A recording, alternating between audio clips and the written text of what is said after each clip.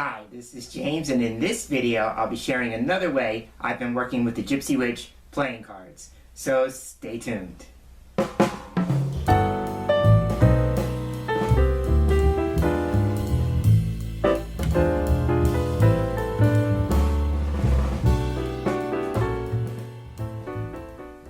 As I said in the opening, this is James, and I'd like to welcome you to this video. This video is intended for those of you who have expressed interest in seeing how I personally work with the Gypsy Witch playing cards. So that's a deck that will be featured in this video. In a recent video I posted to the channel, I shared a reading that I had done in which I turned to the cards to answer a question about a dream I had. And in the dream, someone came to me and asked me if I would do a reading using the Gypsy Witch cards specifically. So I thought at the time I had the dream that it was prompting me to use the deck for my Oracle Outlook video reading series, so I did that. And I posted that to the channel.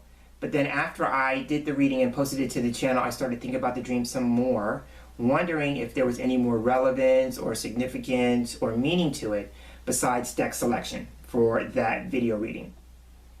And as a result of that dream and doing that reading, I have been working with the Gypsy Witch cards regularly, on a daily basis even. And as a result of that, I've been wanting to explore different types of spreads or layouts that I could use with the cards. So I've been looking for Gypsy spreads, that kind of thing. And along those lines, or along the way, I should say, I was listening to a tarot podcast. And one of the hosts in the podcast was referencing a book, and I actually have the book on my shelf. So he referenced this book, and I'll hold it up. And the book is Tarot, Prediction and Divination, and the author is Susyn Blair-Hunt.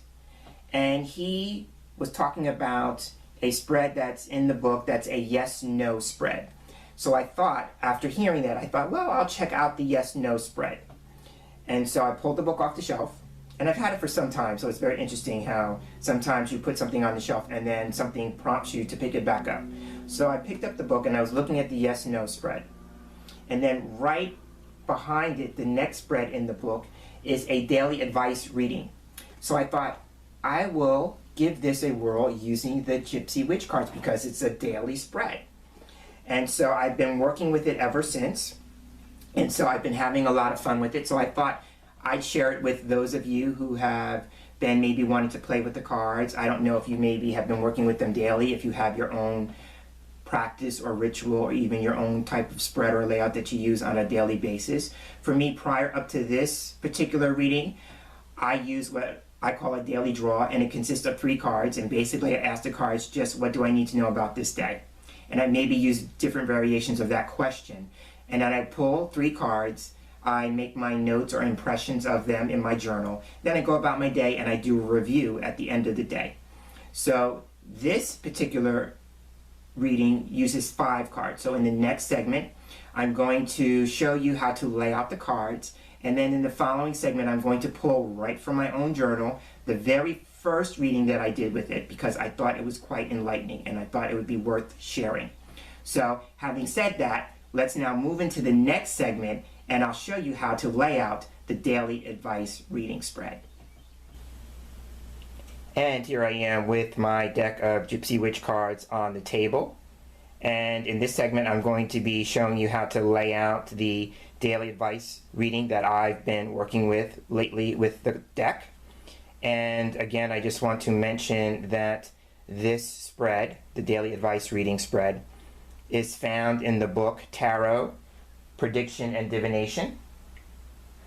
And so I'm going to now take the deck in hand and shuffle the cards. And when you shuffle the cards, the question that the author uses in the book describing the reading is this question: what can I know to be true about this day?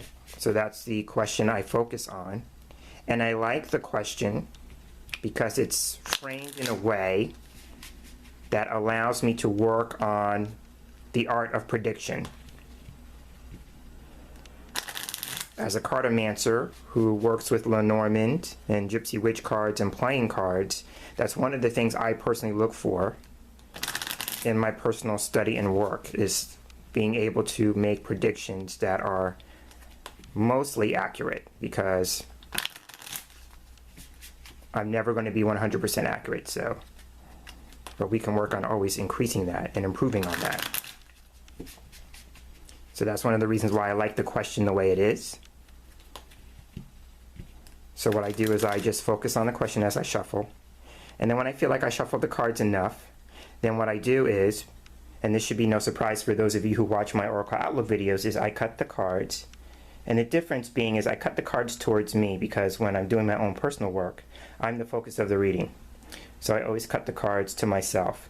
Now in my Oracle Outlook videos, I cut the cards away, and you may have noticed that. It's because since it's a general reading geared towards the public, I cut the cards away from me.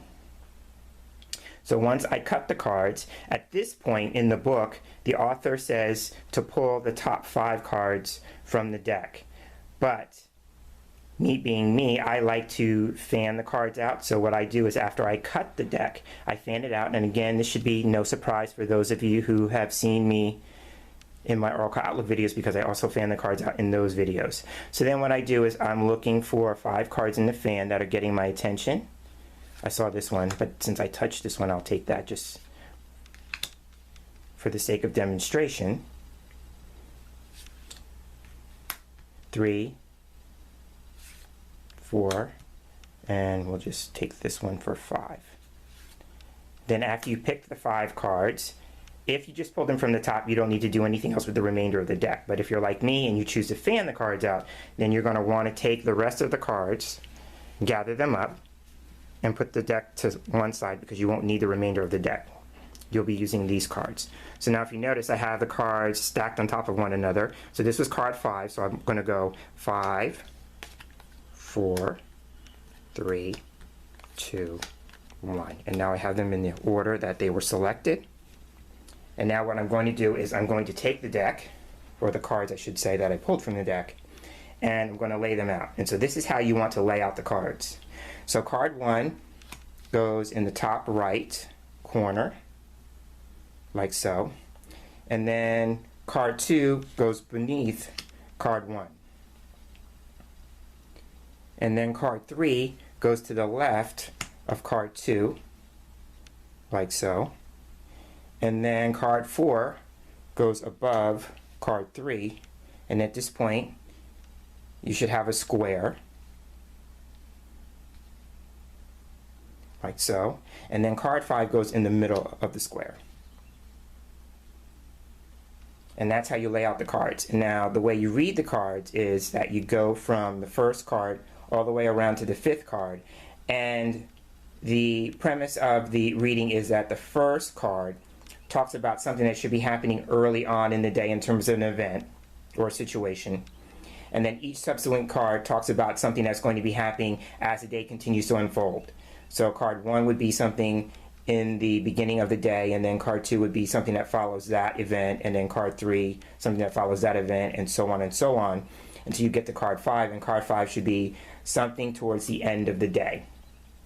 And so what you want to do is you want to make note of the cards.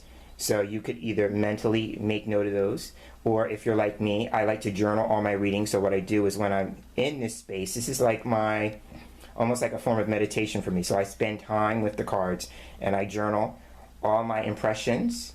I make some predictions, what they could possibly be showing me in terms of events and things like that. And then what I do is, after I'm done with the journal, I put the journal away. And whether you're making a mental note or you're actually writing your notes, after you're done with your process, you want to just go about your day. And then the idea is, at the end of the day, you want to do a review of your day. So if you've made mental notes of your day, you come back and you just check that with your mental notes. And then if you're like me and you actually journal, you can review your notes because you have them written down in black and white. And then what I like to do is I write down what happened and then see how the cards reflected what actually happened.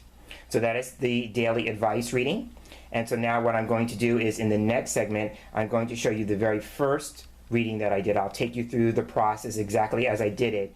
and then I'll explain what actually happened that day. And now I'm going to show you the reading that I did, the very first reading I did, I should say, with the daily advice reading.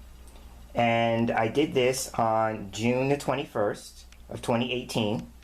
And so in my journal, when I work with a particular layout, I always write down the date, the name of the reading or the spread, the deck that I used, and I write down my personal day. And so that is something where those of you who are familiar with numerology might be familiar with. So I use that to figure out what my personal day is. And on that day, I had an 8 personal day. So the 8 for me has the theme of power, money, business, career, and also health. So those are my associations with the number 8. So I keep that in mind as an overall kind of vibrational theme, if you will, for the day. And then I also write down the time. And on this particular day, I did this layout at 6:05 a.m. Early day for me. So again, the question I put to the cards is, what can I know to be true about this day? So just like I did in the previous segment, where I showed you how to lay out the cards, I shuffled the cards, I cut the deck, fanned it out, and I picked these particular 5 cards. So when I'm reading for myself, after I pick the cards, I always keep them face down during my deck selection. I always keep them face down, and then once I have them laid out like I do now, then I go about the process of turning them over. So what I do is I turn them over all at the same time, so this way I can look for any patterns or themes. You know, I kind of do a general overview and do a little bit of an analysis or a breakdown. So looking at the cards all at the same time allows me to do that. So starting with card 1, I turned card 1 over, and I noted that it was the King of Hearts and Hand in Hand, and that's usually how I write it in my journal. I will write the playing card first and then the symbol. And then I went to card 2 and saw that it was the 6 of Spades and the mice. Then I turned over card 3, and I saw that it was the 7 of Spades and clouds. And then I turned over card 4 and noticed that it was the 2 of Hearts and the Gentleman. So the first thing that I noticed here was that the Gentleman is my significator. So the layout put me smack dab in it, and so I was going to be playing a certain role or part in the course of the day that might be significant, playing on the idea that this is a significator card. And then turning to the final card in the center, here we had, which I thought was interesting, we had the 2 of Diamonds and the other significator card in the deck, the Lady. So these were the 5 cards. And so taking a look, what I did was I noted what the patterns were. So the first thing that struck me was that there were 2 spades, because if I turn them over in order, by the time I got to card 3, then I noticed that there are 2 spades. And so spades for me is the suit that represents problems, difficulties, and challenges. So I made a note of that. And then I noticed that there were 2 cards from the suit of Hearts. And so Hearts for me is a suit that represents feelings, emotions, and relationships. So taking a look at these 2 patterns, my thought might be that there might be some sort of emotional difficulties or challenges with relationships throughout the day as a possibility. And then I also noted that the repeating number was 2. And so for me, 2 is a number that represents relationships, partnerships. It's also a number of balance and a number of exchange. So things changing hands, things being exchanged, things being shared, things like that. So those were my immediate associations with the patterns that showed up in the layout. So then after I take a look and make notes of my overview, then I start looking at the cards one by one. And so I started with the first card, so the King of Hearts, because I read the playing card first. So for me, the King of Hearts represents a man, and in this particular case, a man who may be married and married with children, so I made a note of that. And then because for me the suit represents, or the suit of hearts I should say, represents healing, and the king can represent mastery, I jotted down master healer. So those were the things that I wrote in my journal concerning the King of Hearts. And then for Hand in Hand, I noted an introduction is possible, or a meeting, or a deal. and I wrote in parentheses in my journal, let's shake on it. And going with that, hand in hand could represent a handshake, hand holding, and then I said hand fasting, because I know a lot of pagan friends in my own personal circle, and so that made me think of hand fasting. And then the last thing I wrote down for hand in hand was agreement. And then I moved on to the next card. So here we have the Six of Spades.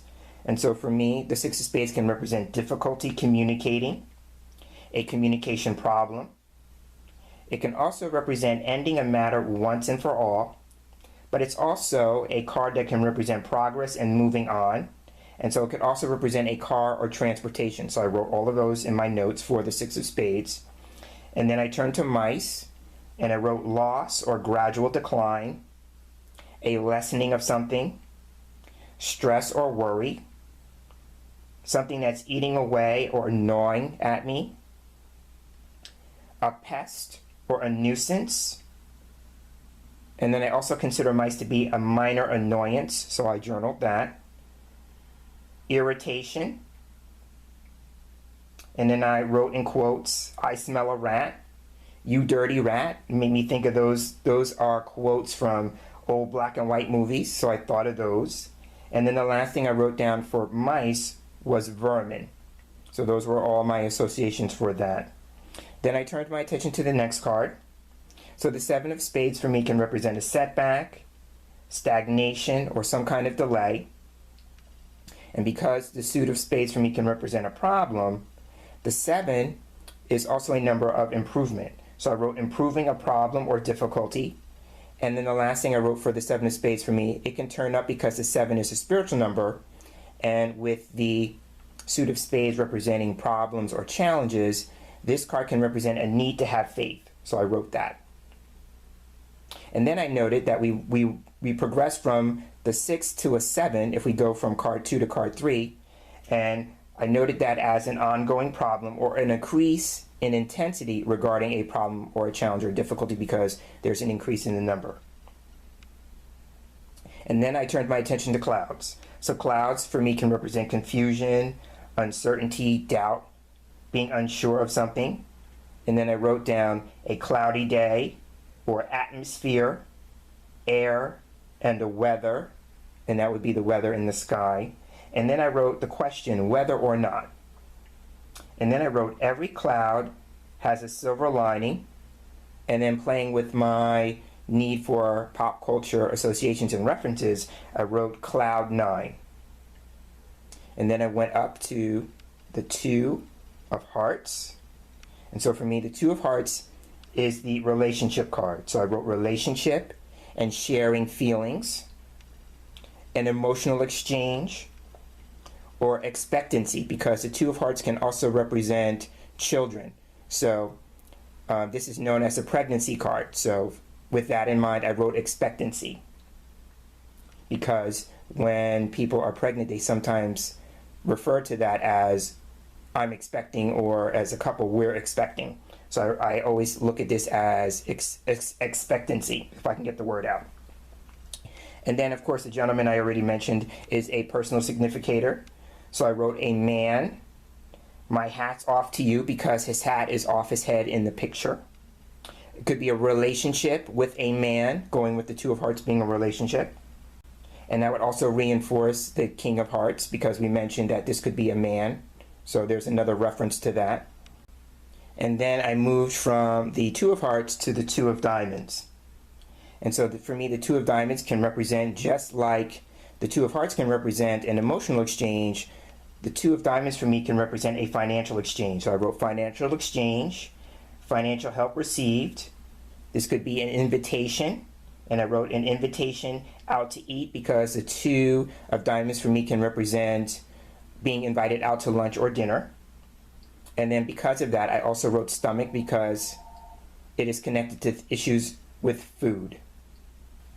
And then I turned my attention to the lady. And so for me, the lady being a significator card again, she would represent a woman. So I journaled that. And then I made note that the gentleman and the lady are not facing each other. So that symbolically could represent some form of disagreement or some kind of rejection, meaning we're turning our back on someone. So those were the notes that I made of the 5 cards. And then what I do is I also add some additional techniques. And so if you watch the previous video, you'll notice that I work with the playing cards to come up with a numerical theme. That's what I call that. And then I take the numbers of the Gypsy Witch cards themselves and come up with an essence card. So we'll move into the next segment and I'll show you how I do each of those. And then once I make note of all the cards in the reading, what I do is I turn my attention again back to the playing card inserts, and I do what's called the numerical theme. So the numerical theme is where you take the numerical value of each of the cards and you come up with a total. So in this particular case, we start with the King of Hearts. The King is valued at 13. So 13 plus 6 plus 7 plus 2 plus 2, you add that all up and you get 30. And then because it's a 2-digit number, then you take the 3 and the 0 and you reduce it to 3 because you want a number between 1 and 9. And the number 3 symbolically can represent increase and expansion or growth and development. So that would be the overall theme of the day, just using the play card inserts. So it's suggesting that on this day, the theme is going to be something having to do with increase or expansion or some sort of growth or development. So that would be the overall theme. Now, after I do that, then what I do is I go for the essence card, and that is when I take the numerical value of the cards themselves and do the same thing I just did with the numerical theme. So starting with the hand in hand is card 24, so 24 and 29 with mice, 25 with clouds, 19 with gentleman, and 18 with lady. That comes to a total of 115. And so because it's over 52 cards, because this is a 52 card deck, what I do is I take the number 115 and add the digits together and reduce it to a single digit. So 1 plus 1 plus 5 is 7. And then what I do is I take the deck and I go through the deck and I look for, and I'll just do it right here in the camera. And so what I do is I look for card number 7. And so what I do is, because that's a card I'm looking for, and right here we have it, so I take that card and put it down. And so this is the essence card. And so what I'll do is I'll move the lady card down for just a moment, and we'll leave it like that for the time being so I can have this card in the shot. So the 7th card in the deck is the 10 of Hearts and Bouquet. And so just like I did with all the other cards, I start with reading the playing card first. So for me, I notice that here we have another card from the suit of hearts. And for me, whenever I draw the 10 of Hearts, for me, I consider this the idea about feeling, because hearts represents feelings and emotions. Feeling successful, because the 10 is a number of success.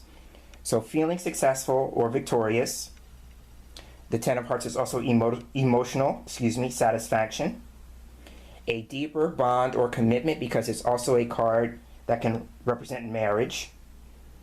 For me, the 10 of Hearts can also represent the public, because I also know it to represent a town or a city. So I stretch that concept out and go with something about the public.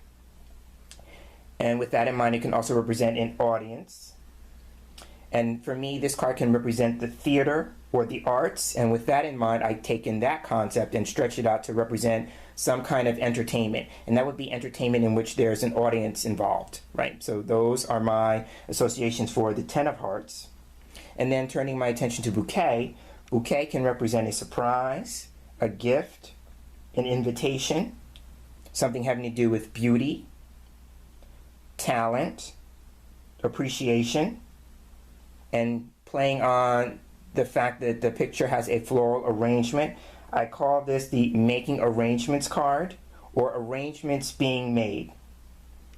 And then some other aspects of bouquet is that bouquet can represent something pleasant or pleasantries, going back to the idea that when we meet people, and this is hand in hand, we offer some kind of pleasantry, right? So for me, this is pleasantries. Something fragrant because flowers have a fragrance attached to them. Something wonderful. And then because of the Ten of Hearts representing entertainment and audiences, I wrote flowers thrown on stage after a performance. So those are all the things that I do when I work with this particular spread and when I work with the Gypsy Witch cards. And so now in the next segment, keeping the cards in mind, I'll be sharing what happened in the day and what cards connected to those events. And so now I'd like to share what actually happened on that particular day. So I'm going to read this straight from my journal. So I wrote first, I woke up and checked my email, and there was an email from a spiritual community that I'm a part of, and it was entitled Meet Andrew. So that made me think of Hand in Hand. And that Andrew was new to the area, and that he was a minister and a meditation teacher. And I made reference to the King of Hearts for that. And that he was here because he had gotten a building or building space, and he wanted to open it up to the healing arts practitioners in the community. So I associated all of that with the King of Hearts. Because for me, remember, I talked about the idea here that the King of Hearts is a master healer, right? So I looked at that whole email and everything that the email was about in reference to the first card. And then I wrote, while posting my social media for the day, the people who've been working on my street came and did work right across from the house and were a minor disruption with their machinery. And I put that with mice, again, because mice for me was about a minor irritation or annoyance or some kind of disruption, right? So there was that. And so I want to elaborate. So that on that particular day, the crew was installing a new fiber optic network system for AT&T. And so they had spent a few days that week in my subdivision. And their machinery was not that loud, but it was enough to be heard. And so I write further, as a result of the noise, I couldn't shoot my video today. So that was the day I was planning on shooting probably my Oracle Outlook video for the following week. So I made a reference to the Seven of Spades for that because, again, remember, the Seven of Spades is about setback or stagnation or something being delayed. So I put that with the Seven of Spades. And then I write further, I wasn't sure when I might get to it because my schedule over the next few days will be busy. And so I attributed the uncertainty with clouds. And then that afternoon, I went to a friend, and we're part of a psychic development group. She's a facilitator, and I participate in that. And so what happens is we meet the fourth Saturday of every month, and so that was coming up. And we get together a few days to kind of talk about ideas, about, what we want to do for the group meeting that day, those kinds of things. So I went to her house, and I met her daughter for the very first time. Her daughter was visiting from out of town. So made me think of the Two of Hearts. Remember, the Two of Hearts can represent a child.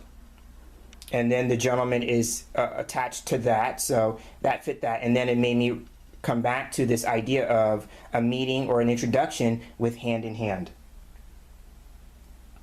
So then after I left my friend's house after the meeting, I decided that I wanted to get Chinese takeout. And so that was the Two of Diamonds, because now remember, the Two of Diamonds was this idea about being invited out to lunch or dinner or something having to do with the stomach. And so for me, that was me stopping and treating myself to Chinese takeout. And so then what happened was, just as I got home and I pulled in the driveway, I got a text from my brother, and then that's a reference to gentlemen. Remember now, I also said too, this was a relationship with a man, and so for me, that was about my brother. And the text that he sent me had to do with my 4-year-old great niece. Her name is Jalea, but we call her Lele. And in the text, he told me that Jalea was having surgery. So it made me think of the Two of Hearts, again, referencing a child. And then I turned to bouquet because of a surprise. Because this was, the last thing that I had expected to hear that day. So that came to me as a surprise. So I pulled right back out and got to the hospital.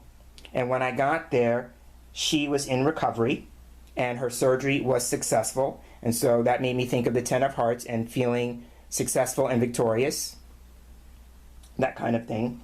And that she was sleeping soundly, and that made me think of the Seven of Spades, because in health-related situations, the Seven of Spades can represent medication. So she was sleeping the medication off. And so I wanted to say at this point, she's okay. So the surgery was that she had to have her appendix removed. So that was the surgery, but it went well, and she's on the mend, and she's doing well. And so while we were waiting, some of us went up to see her in recovery, and I chose to stay.